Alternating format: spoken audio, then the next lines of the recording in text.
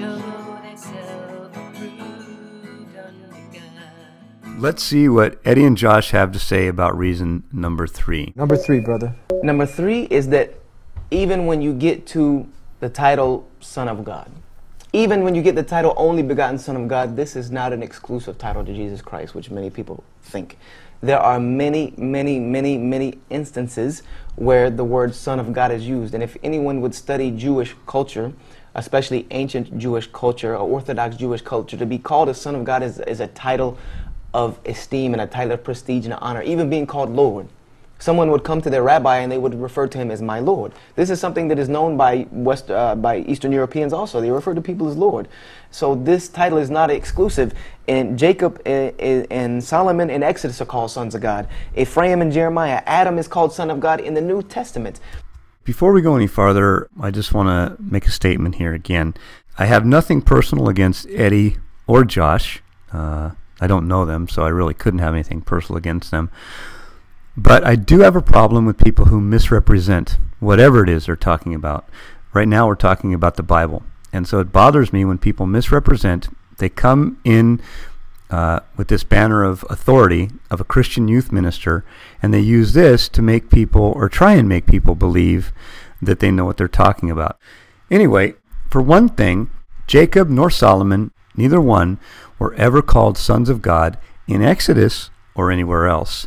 Jacob died in around 2255 BC, and Solomon was born at around 990 BC, and it just so happens that the book of Exodus was written between 1440 BC and 1400 BC, and so usually people have to be alive before they're written about, and Solomon was not even alive during that time. Here we have Jacob's death right here. It says, "And when Jacob had made an end of commanding his sons, he gathered up his feet into his bed, and yielded up the ghost, and was gathered unto his people." And then Ephraim and Jeremiah, nowhere are they called sons of God, son of God, separately or together. The term son of God is exclusive to Jesus, actually.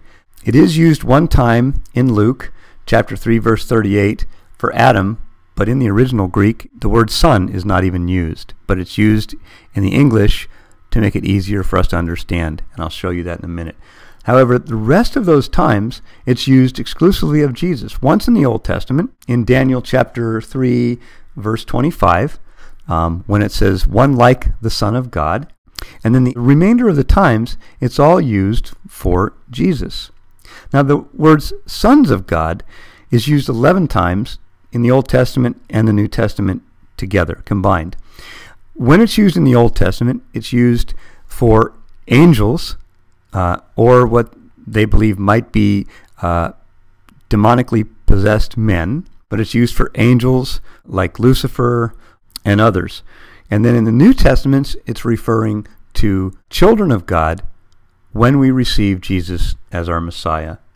So the term Son of God is exclusive to Jesus, and now when we get to only begotten Son of God, it is exclusive to Jesus again. It is used nowhere other than the New Testament, and only when it's speaking of Jesus.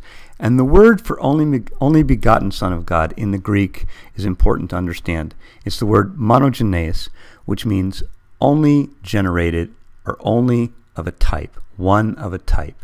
And it's used to denote it's an original, it's unique.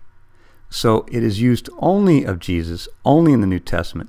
There is one incident where it is used in Hebrews chapter 11, verse 17. If I have it, yes, I do have it here. Hebrews chapter 11, verse 17, it says, "By faith Abraham, when he was tried, offered up Isaac, and he that received the promises offered up his only begotten." The word son is not there. And again, it's in brackets, as we'll see when it's used for Adam. But it's only begotten. It's one of a type. And that type is between Abraham and Sarah, not between Abraham and Hagar, his handmaid, who gave birth to Ishmael, but Abraham and Sarah. So again, it's one of a type. But the term only begotten Son of God is exclusive to Jesus in the New Testament.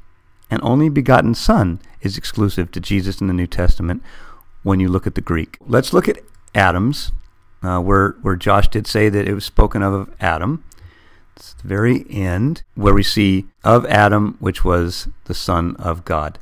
The word son again is added in for the English so that it's easier for us to understand, because if we took it out, it would be which was of Enos, which was of Seth, which was of Adam, which was of God. I hope that clears that up. As far as the word Lord is used quite frequently in the Bible, and it's not only used for Jesus, it's used for other people. Sarah called her husband Lord, but this is not what gives Jesus his deity. This is a term used for people of a higher status. I can call an elderly man in Israel in Hebrew Adoni, which means Lord. It certainly is different than me calling a dignitary in England Lord.